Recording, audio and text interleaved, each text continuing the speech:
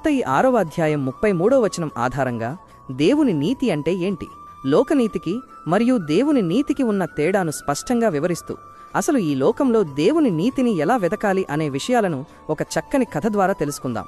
రంగాపురం అనే ఊరిలో రామయ్య అనే రైతు ఉండేవాడు. ఆయనకు 2 కుమారులు, సోము, రాము. సోము పెద్దవాడు, లోకజ్ఞానం ఎక్కువ, డబ్బు అంటే మహా పిచ్చి. రాము చిన్నవాడు, చాలా మృదు స్వభావి, చిన్నప్పటినుంచే దేవుని భయం కలిగినవాడు. ప్రతి ఆదివారం చర్చికి వెళ్లడం, బైబిల్ చదవడం, ఎవరికైనా కష్టమొస్తే సాయం చేయడం అతని అలవాటు. కాలం గిర్రును తిరిగింది. వాళ్ల నాన్నగారు వృద్ధాప్యంతో చనిపోయారు. ఇన్నాళ్లు కలిసి ఉన్న అన్నదమ్ముల మధ్య ఆస్తి పంపకాలు అనే పెద్ద గొడవ మొదలైంది. వారికి ఉన్నది మొత్తం 10 ఎకరాల పొలం. అందులో ఊరికి దగ్గరగా ఉన్న 5 ఎకరాలు చాలా సారవంతమైనవి. దానికి బోరుబావి సౌకర్యం ఉంది. ఏ పంట వేసినా బంగారంలా పండుతుంది. మిగిలిన 5 ఎకరాలు ఊరికి దూరంగా కొండకి దగ్గరగా ఉన్నాయి. అది పూర్తిగా రాళ్లు రప్పలతో నిండిన మెట్టభూమి. అక్కడ నీళ్లు పడవు, దున్నడానికి కూడా నాగలి దిగదు. ఊరి పెద్దలు పంచాయతీ పెట్టారు. న్యాయంగా అయితే మంచి భూమిలో చెరిసగం, రాళ్ల భూమిలో చెరిసగం తీసుకోవాలి అని తీర్పు చెప్పారు. కాని సోము కళ్లలో దురాశ మెరుస్తోంది. అతను గట్టిగా అన్నాడు, నేను పెద్దవాడిని, నాకు పెళ్ళాం పిల్లలున్నారు, బాధ్యతలు ఎక్కువ. కాబట్టి ఆ మంచి 5 ఎకరాలు నాకే కావాలి. ఆ రాళ్ల భూమి రాముకివ్వండి. వాడికింకా పెళ్లి కాలేదు కదా, కష్టపడి బాగు చేసుకుంటాడు. ఊరి జనం ఒక్కసారిగా భగ్గుమన్నారు. ఇదేం అన్యాయం సోము, తమ్ముడి గొంతు కోస్తావా అని కొందరు తిట్టారు. రాము స్నేహితులు వచ్చి, రాము ఒప్పుకోకు, కోర్టుకు వెళ్దాం, మేము సాక్ష్యం చెప్తాం, ఆస్తిలో సమాన వాటా నీ హక్కు, వదలద్దు, వాడి అంతు చూడు అని రెచ్చగొట్టారు. ఇది లోకనీతి, నీది నీకు దక్కాలి, అవతలివాడిని వదలకూడదు. కాని రాము మౌనంగా ఆలోచించాడు. అతని మనసులో ఆదివారం పాస్టర్ గారు చెప్పిన వాక్యం మెదిలింది. మొదట ఆయన రాజ్యమును నీతిని వెదకుడి, అప్పుడవన్నీయు మీకనుగ్రహింపబడును. మత్తయి 6వ అధ్యాయం 33వ వచనం. రాము కళ్ళు మూసుకుని ప్రార్థించాడు. ప్రభువా, భూమినిచ్చేవాడివి నీవే, పండించేవాడివి నీవే. అన్నతో గొడవపడి కోట్ల చుట్టూ తిరిగి నా మనశ్శాంతిని పోగొట్టుకోవడం నాకిష్టం లేదు.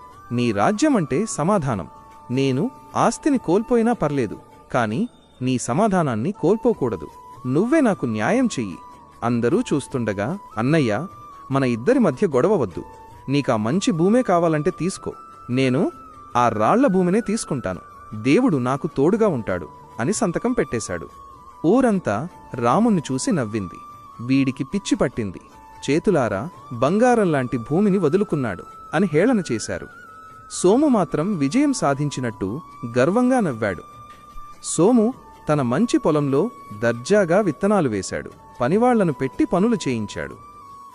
రాము మాత్రం ఆ రాళ్ల భూమికి వెళ్ళాడు. ఈ ఎండ మండుతోంది, ఎక్కడ చూసినా రాళ్లే. కాని రాము నిరాశ చెందలేదు. ఆ రాళ్ల మధ్య మోకరించి ప్రార్థించాడు. యేసయ్య, ఇశ్రాయేలు ప్రజలకు ఎడారిలో నీరిచ్చిన దేవుడవు నీవు. ఈ రాళ్ల భూమిలో నువ్వు అద్భుతం చేయగలవు. నేను నిన్ను నమ్ముతున్నాను. రోజులు గడిచాయి. రాము ఒక్కడే కష్టపడ్డాడు. తన చేతులతో బండరాళ్లు మోశాడు, రక్తం వచ్చేలా ముళ్ల పొదలు కొట్టాడు, నేలను మెత్తగా దున్ని విత్తనాలు వేశాడు. ఊరివాళ్లు వెటకారంగా, ఏరా రాము, ఈ రాళ్లలో మొక్కలు మొలుస్తాయా? నీ దేవుడు వచ్చి నీళ్లు పోస్తాడా అని నవ్వేవారు. రాము చిరునవ్వుతో, నా దేవుడు చూసుకుంటాడు అనేవాడు. ఆ సంవత్సరం వర్షాలు ఆలస్యమయ్యాయి. సోము పొలం ఏటి ఒడ్డున ఉంది కదా అని ధీమాగా ఉన్నాడు. కాని అనుకోని ఉపద్రవం వచ్చింది. ఆ ప్రాంతంలో విపరీతమైన చీడపీడలు వచ్చాయి. సోము వేసిన పంట అంతా పురుగుల పాలైంది. మందులు కొట్టినా లాభం లేకపోయింది. అదే సమయంలో రాము పొలం కొండకు దగ్గరగా ఉండడం వల్ల కొండమీద పడిన కొద్దిపాటి వర్షం జాలువారుతూ రాము పొలానికి చేరింది. అంతేకాదు, రాము వేసిన పంట ఆ నేలకు సరిగ్గా సరిపోయింది. చుట్టూ ఉన్న రాళ్లు వేడిని తగ్గించి తేమను కాపాడాయి. సోము పొలంలో ఎకరాకు 10 బస్తాలు కూడా రాలేదు. పెట్టిన పెట్టుబడి కూడా రాలేదు. కాని రాము పొలంలోకి వెళ్లి చూస్తే బంగారు రంగులో పంట తలలూపుతోంది. ఊరి జనం కళ్ళు తేలేశారు. ఆ రాళ్ల భూమిలో బంగారంలాంటి పంట పండింది. రాము ధాన్యాన్ని అమ్ముకుంటే ఊహించని లాభం వచ్చింది. ఇక్కడ సోము పరిస్థితి ఘోరంగా తయారైంది. పంట పోయింది. చేసిన అప్పులకు వడ్డీలు పెరిగిపోయాయి. అప్పులవాళ్లు సోము ఇంటి ముందు గొడవ చేస్తున్నారు. డబ్బు కడతావా? ఇల్లు జప్తు చేయమంటావా అని అరుస్తున్నారు. సోము పరువు పోయే పరిస్థితి వచ్చింది. తల పట్టుకుని కూర్చున్నాడు. అప్పుడక్కడికి రాము వచ్చాడు. చేతిలో డబ్బుల సంచి ఉంది. లోకమైతే ఏమంటుంది? చూశావా, దేవుడు నాకు న్యాయం చేశాడు, వాడు నాకు అన్యాయం చేశాడు కాబట్టి ఇప్పుడు అనుభవిస్తున్నాడు అని సంతోషపడాలి. కాని రాము వెతికింది దేవుని నీతియంలో పగ ఉండదు, ప్రేమ ఉంటుంది. రాము నేరుగా అప్పులవాళ్ల దగ్గరకు వెళ్ళాడు.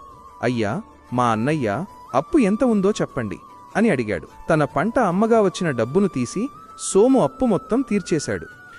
సోము నమ్మలేకపోయాడు. కన్నీళ్లతో తమ్ముడి కాళ్లమీద పడ్డాడు. తమ్ముడు, నేను నిన్ను మోసం చేశాను, రాళ్ల భూమి ఇచ్చి అన్యాయం చేశాను. అయినా సరే నా కష్టంలో నువ్వు ఆదుకున్నావా? ఎందుకిలా చేశావు అని ఏడ్చాడు. రాము అన్నయ్యను పైకి లేపి హత్తుకుని ఇలా అన్నాడు. అన్నయ్య, లోకమైతే దెబ్బకు దెబ్బ అంటుంది, కాని నా యేసయ్య శత్రువును కూడా ప్రేమించమని చెప్పాడు.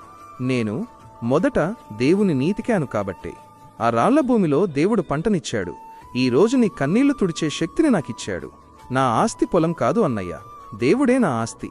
ఆ రోజు సోముకు అర్థమైంది దేవుని నీతి అంటే ఏంటో. ఆ రోజే అతను తన దురాశను వదిలేసుకుని దేవుణ్ణి నమ్ముకున్నాడు. ఇద్దరు అన్నదమ్ములు కలిసి దేవుణ్ణి స్తుతించారు. ముగింపు: ఆయన నీతిని వెదకుడి అంటే అర్థం కేవలం చర్చికి వెళ్లడం మాత్రమే కాదు, మన దైనందిన జీవితంలో ఈ 3 పనులు చేయడం. 1. దేవుని కళ్లతో చూడడం, పర్స్పెక్టివ్. ఏదైనా సమస్య వచ్చినప్పుడు లోకం దీని గురించి ఏమనుకుంటుంది అని కాకుండా, యేసు ప్రభువు నా స్థానంలో ఉంటే ఏం చేసేవారు అని ఆలోచించాలి.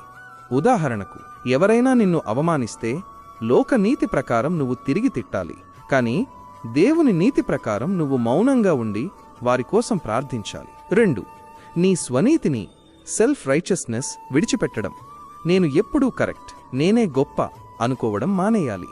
మన భక్తిని బట్టి దేవుడు మనకు మేలు చేయడు, ఆయన కృపను బట్టి చేస్తాడు అని గ్రహించాలి. చెయ్యాల్సింది, దేవా, నా నిర్ణయం కాదు, నీ చిత్తం నెరవేరాలి అని ప్రార్థనలో అప్పగించుకోవాలి. 3. దేవుని వాక్యానికి లోబడటం, ఒబీడియన్స్. కొన్నిసార్లు దేవుని నీతి మనకు నష్టం కలిగించేలా అనిపిస్తుంది. రాముకి రాళ్ల భూమి వచ్చినట్లు. కానీ చివరలో దేవుడే గెలిపిస్తాడు. నిజాయితీగా ఉండటం వల్ల తాత్కాలికంగా కష్టాలు రావచ్చు, కానీ దేవుని నీతిని వెతికేవారికి ఆయనే పోషకుడు. ముగింపు: నీతిమంతుడు సింహము వలె ధైర్యముగా ఉండును. మనం దేవుని నీతిని పాటిస్తే ఈ లోకములో మనం దేనికి భయపడాల్సిన అవసరం లేదు. మనకు కావలసినవి ఉద్యోగం, డబ్బు, ఆరోగ్యం అన్నీ మన వెనుక వస్తాయి.